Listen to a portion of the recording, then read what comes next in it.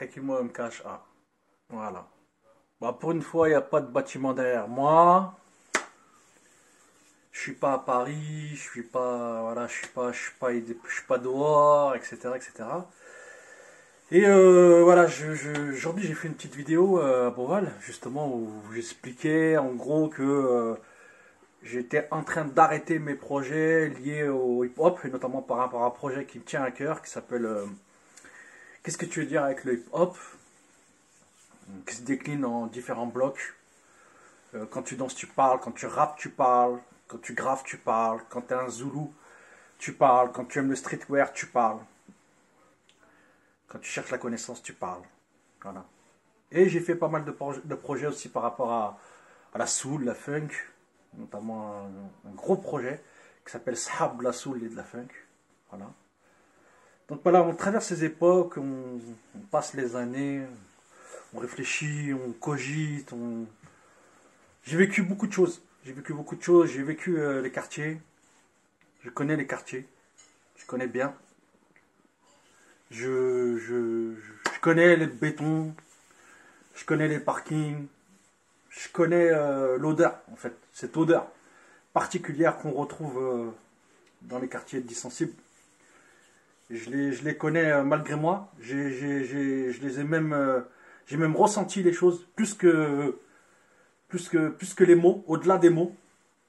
Il s'est passé un truc particulier en fait. C'est que quand on vit là-dedans, à un moment donné, on est dans l'insouciance et on se pose pas de questions, forcément. Voilà, c'est pas obligé en tout cas. Et quand est arrivé le hip-hop dans nos vies, maintenant, je sais pas, dans les années 80, ça a changé la donne. Ça a changé les perspectives d'évolution. Ça a permis de se renarcissiser, de retrouver l'estime de soi, ou en tout cas une partie de l'estime qu'on avait perdue, qui pour moi est liée directement à la colonisation, à la décolonisation, avec toutes les conséquences que ça implique, que ça a impliqué.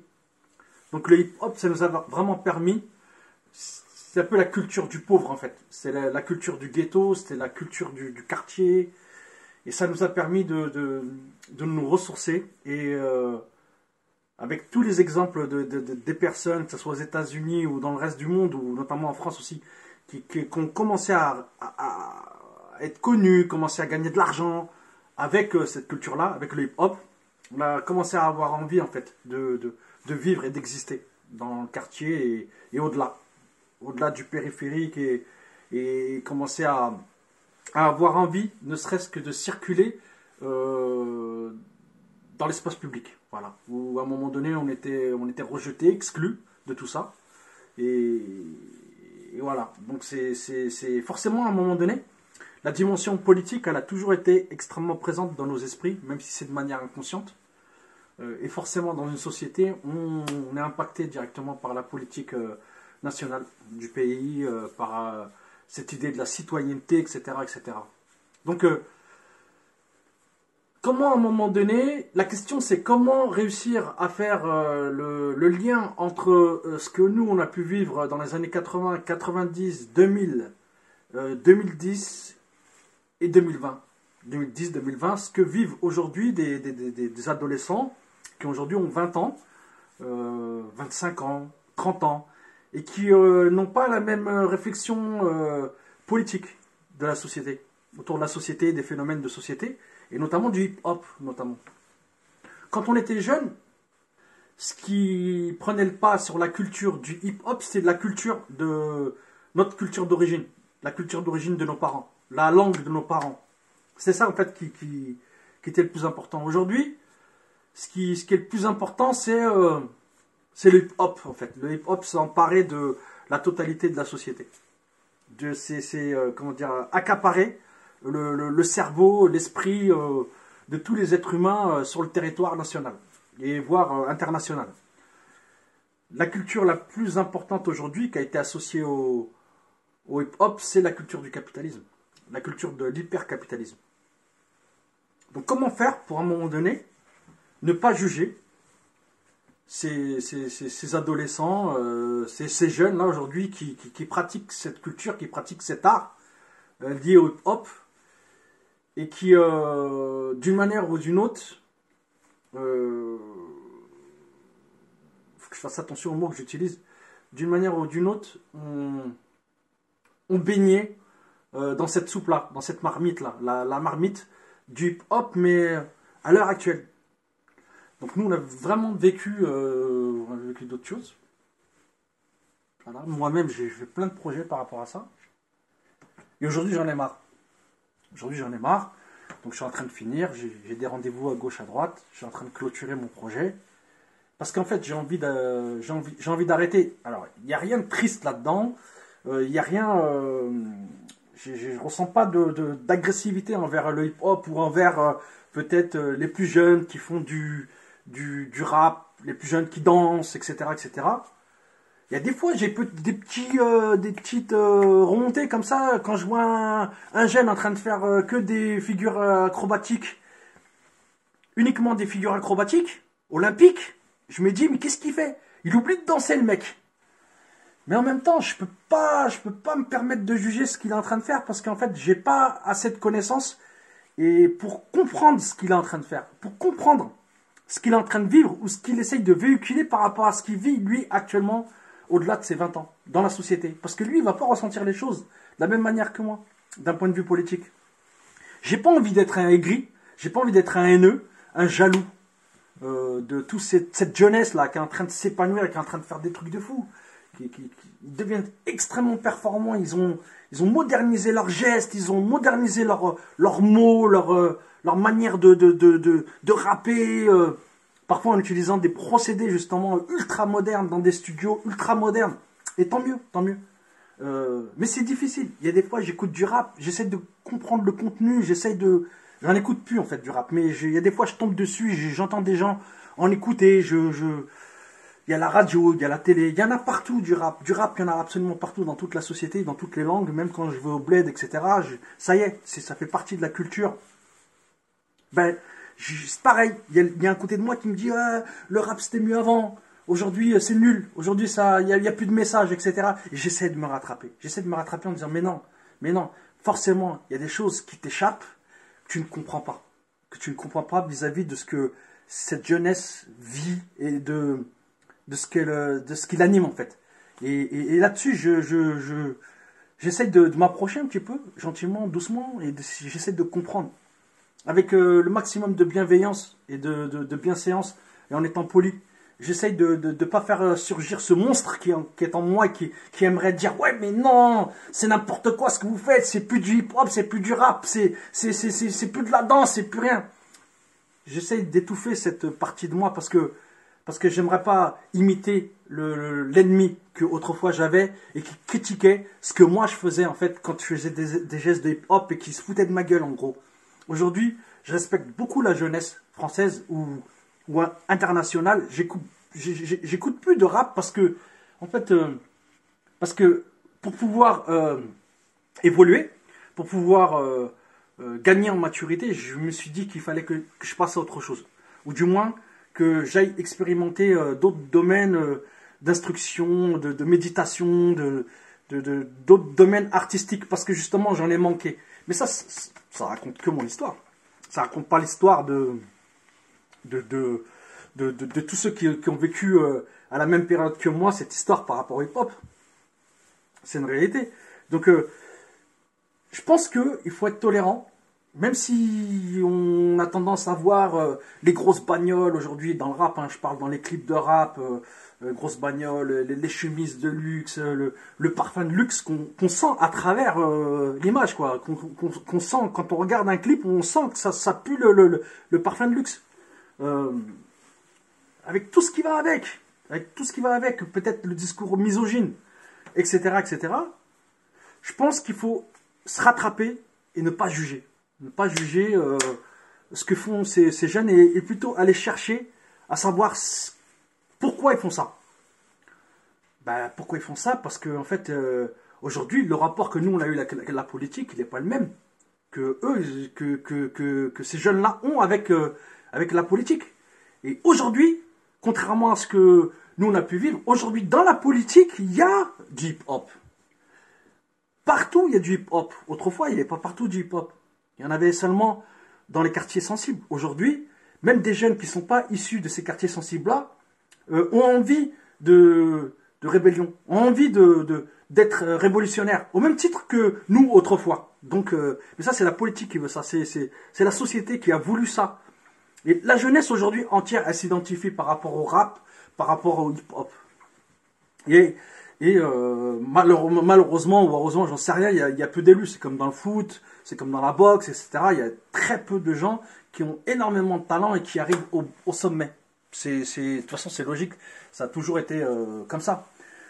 Bon, comment on fait à un moment donné pour se dire, bon voilà, moi j'ai fait partie de cette culture du hip-hop, même voire de la naissance du hip-hop. J'étais pas à Stalingrad, etc., mais j'étais pas non plus dans le 93, j'étais pas non plus sur Paris. Mais là où j'ai grandi, j'ai entendu cette musique, j'ai entendu ces pas de danse, j'ai vu ces pas de danse, j'ai vu ces gars écrire sur des murs, et j'en ai fait partie. Pas en tant que professionnel, pas en tant que gars super talentueux, mais j'ai fait partie de cette histoire et j'étais un de ceux qui a déposé une pierre, une petite pierre. Et j'ai voulu par la suite mettre une plus grosse pierre, voire construire une sorte de maison du hip-hop. Voilà, à travers les reportages et documentaires que j'ai pu faire. Et c'est pour ça qu'à un moment donné, je me suis dit que ça pouvait être une voie royale pour moi pour pouvoir atteindre des sommets et rentrer dans le monde de l'art. Voilà. Et en fait, je me suis perdu un petit peu là-dedans. Mais aujourd'hui, justement, avec du recul, sans chercher à être forcément un intellectuel ou un sociologue, je me pose des questions par rapport à ce que j'observe, ce que je vois. Et je me dis, bah tiens, voilà, moi je préfère me retirer. Et en tant qu'artiste, en tout cas, je préfère me retirer du domaine du hip-hop et laisser la place à d'autres. Parce que là, en tant qu'acteur du hip-hop, si je continue comme ça, je vais être dégoûté, j'aurai plus de distance et plus de j'aurai plus de recul vis-à-vis de toute cette jeunesse là qui produit des formidables chansons, des super toiles, des super graphes. Aujourd'hui, ça se fait sur des grands immeubles, etc. Donc, il faut se réjouir en fait que cette culture-là aujourd'hui, elle soit devenue ce qu'elle est devenue et qu'aujourd'hui elle soit présente dans toute la société. Je pense que s'il n'y aurait pas cette culture-là dans toute la société, je pense que depuis longtemps, ça serait la guerre, en fait. Voilà. Donc, c'est quand même un moindre mal. C'est un moindre mal. Même si on n'est pas forcément d'accord avec ce qui se passe, ce qu'ils réussissent à passer dans les ondes, ou qu'on n'est pas d'accord avec telle ou telle radio, ou qu'on n'est pas soit pas forcément d'accord de retrouver de la danse aux Jeux Olympiques, on peut pas arrêter le progrès. Voilà, on peut pas arrêter le progrès. Et en même temps, bah, si on va dans ce sens-là, on se dit, bon, bah, vas-y, alors on continue de polluer la planète, on s'en fout, et à la fin, elle arrêtera de tourner. Voilà. Donc, moi, je crois en la force de proposition de la jeunesse, j'y crois, j'y ai toujours cru, comme certaines personnes ont cru en moi quand j'avais 20 piges, et j'arrive à imaginer que c'est possible, en fait, de donner de l'espoir à cette jeunesse-là, et de les laisser jouer avec cette arme. En gros, bah, ça reste ça reste un flingue, ça reste un pistolet à eau, hein, d'une manière ou d'une autre. Hein. Le rap et la culture hip-hop, pour moi, c'est pas une mitraillette, ça tue pas, quoi, en gros. Ça reste de l'art. En tout cas, ça vient mouiller l'autre. On est en capacité de mouiller l'autre sans le tuer. Donc c'est pas mal. Moi, je trouve que c'est vraiment pas mal. Donc, bah, peut-être que je me perds un petit peu, mais j'improvise aussi. C'est-à-dire que je suis en train de clôturer mes projets, je suis en train de me dire mais qu'est-ce que je fais, est-ce que je peux continuer, est-ce que on va faire comme aux États-Unis où les mecs de 60 piges ils s'habillent encore comme des jeunes. Et là aussi c'est pareil, c'est un jugement. Je suis allé à New York, c'est un des trucs qui m'a le plus choqué quand j'ai vu des gens avec des cheveux blancs et habillés vraiment avec du streetwear, marchant dans la rue avec des pompes, alors que peut-être que sur l'ancien continent, sur le vieux continent, quand une personne est âgée, qu'elle a les cheveux blancs, en général, elle va mettre des chaussures noires et un jean et voilà, elle va pas sortir de ce cadre-là. Alors qu'aujourd'hui, on est en train de sortir de cette logique-là. Donc, c'est très très particulier. Donc, moi, je crois que pour finir, voilà, moi, je vais me retirer parce que j'ai pas envie de finir aigri. Voilà, je pense que j'ai donné le maximum de ce que je pouvais donner au hip-hop, que j'y crois au hip-hop, c'est-à-dire que c'est toujours présent en moi. Et je pense que jusqu'à la fin de ma vie, le hip-hop, ça restera une croyance. C'est-à-dire, j'y ai cru, j'y crois, j'y croirai toute ma vie. Et je respecte énormément toutes les personnes que j'ai pu rencontrer dans le milieu du hip-hop, que ce soit les amateurs ou les professionnels. Clairement. Mais j'ai décidé de déposer ma caméra comme une arme. J'ai décidé d'arrêter de filmer ces acteurs-là du hip-hop. Je me suis attardé à filmer surtout les précurseurs, les pionniers de cette culture-là, parce que j'avais envie justement, dans cette logique de transmission et d'éducation, j'avais envie, par rapport à la nation zoulou universelle, de pouvoir laisser une trace à mon niveau, je parle bien sûr, et en restant humble, le plus humble possible, laisser une petite trace de ce que nous on avait pu vivre en fait, voilà, et de ce que moi j'avais pu comprendre par rapport à cette culture-là. Mais aujourd'hui, je vais faire des films, je suis en préparation, je fais plein de trucs, je continue à faire des reportages dans d'autres domaines, mais le hip-hop, j'ai décidé d'arrêter, de clôturer, de finir, voilà. Là en tout cas j'ai bientôt fini, je pense qu'il y en a encore pour quelques mois. Après il me restera à faire du montage, etc. Mais j'aurai fini. Donc la dernière phrase, le dernier concept, la dernière idée que j'ai envie de faire, que j'ai envie de partager, que ce soit avec les plus jeunes ou les plus vieux ou les plus anciens ou j'en sais rien, c'est qu'il faut faire confiance à la jeunesse, il faut leur faire confiance et penser que c'est pour eux possible à un moment donné ou à un autre de pouvoir revenir en arrière et de s'instruire et de s'éduquer et de comprendre ce qui s'est passé tout au début en fait de notre culture. Il faut leur laisser le temps aussi. Voilà, il faut leur laisser le temps, comme nous aussi, les gens qui ont fait en sorte qu'on puisse en sortir justement, c'est des gens qui nous ont laissé le temps et qui nous ont pas jugé immédiatement. C'est quelque chose que nous on déteste, l'injustice, c'est quelque chose qu'on déteste parce que nous on l'a vécu et on a été exclus de énormément de choses. Il faut leur laisser, je pense, même si il faut, c'est un peu, voilà, mais il faut leur laisser cette possibilité de revoir leur copie et de prendre conscience par eux-mêmes, et nous on peut les aider à ça aussi, d'une manière ou d'une autre. En tout cas, c'est une vraie relation, un partage entre les plus jeunes et les plus anciens, comme je le disais tout à l'heure par rapport à l'écologie, de prendre conscience qu'il faut faire attention, qu'il ne faut pas manger n'importe quelle viande, qu'il ne faut pas manger n'importe quelle verdure, n'importe quel légume. Il faut faire super attention à pas détruire cette planète que nous avons et à pas détruire cette culture-là. Et moi, je crois que eux, ils la détruiront pas. Ils la détruiront pas. À un moment donné ou à un autre, je pense que quand ils prendront conscience, je pense qu'il y en a certains plus jeunes qui prennent conscience de ça aussi. Quand ils auront pris conscience et qu'ils auront bien compris que finalement l'hypercapitalisme ou la société capitaliste, ce qu'elle souhaite, c'est utiliser cette culture-là pour vendre encore plus et vendre encore plus, etc. Quand ils auront bien compris ça, peut-être et qu'ils auront les poches pleines aussi, peut-être qu'ils se diront que cet argent dans leur poche pourra leur permettre de diffuser un message également au niveau international pour moins polluer les ondes, pour moins polluer les réseaux sociaux. Essayer de faire ce travail-là, et c'est très très intéressant, je pense. Voilà. Donc, Hakimo MKHA, donc moi j'ai toujours kiffé le rap, j'ai toujours kiffé le hip-hop, j'ai une grande connaissance de tout ça. Voilà.